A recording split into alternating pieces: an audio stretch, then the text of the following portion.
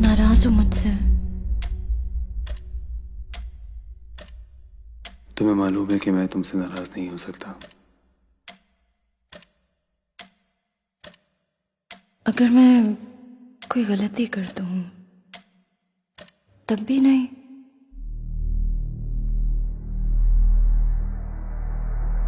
गलती कर चुकी हो या करने वाली हो?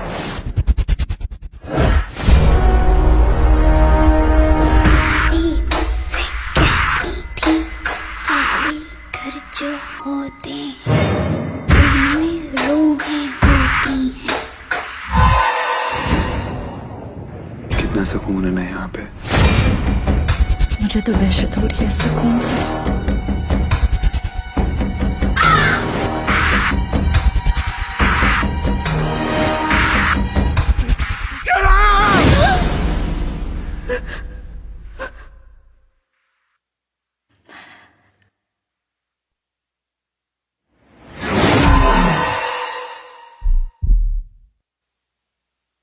सच सच बताओ,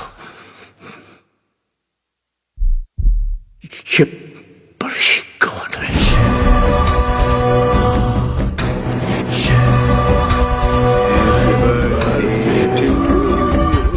ये तुझे बर्बाद कर देगी, बर्बाद कर देगी तेरे को।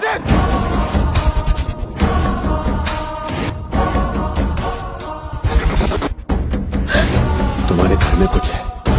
मट्टी की अमानत है, मट्टी में लौटा दो।